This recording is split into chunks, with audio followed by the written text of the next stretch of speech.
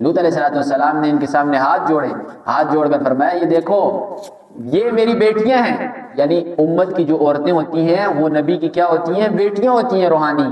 فرمایا یہ میری بیٹیاں ہیں، انہیں چھوڑ کر تم کیا کرتے ہو؟ مردوں کے ساتھ اپنی شہوت پوری کرتے ہو۔ اللہ نے ان بیٹیوں کو اسی کام کے لیے پیدا کیا ہے، نکاح کرو اور اپنی خواہش پوری کرو۔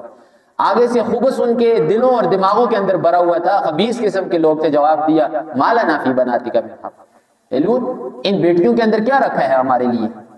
ہمارا تو ان کے ساتھ کوئی گزارا نہیں ہے، ہم نے تو وہی فعل کرنا ہے جو ہماری مرضی چاہے گی۔ جب بھی انسان اپنی خواہش کو اپنا خدا بنائے گا وہ انسان کو وہ خواہش دور تک لے کر جا کر چھوڑے گی، جلدی جلدی نہیں چھوڑے گی۔ اس لیے ہی تو قرآن نے فرمایا نا، قرآن کے اندر آیا ہے کہ بعض لوگوں نے کیا خواہشات کو خدا بنایا ہوا ہے۔ خواہشات کی پیروی جب انسان کرے گا خواہشات گمراہی تک پہنچائے گی۔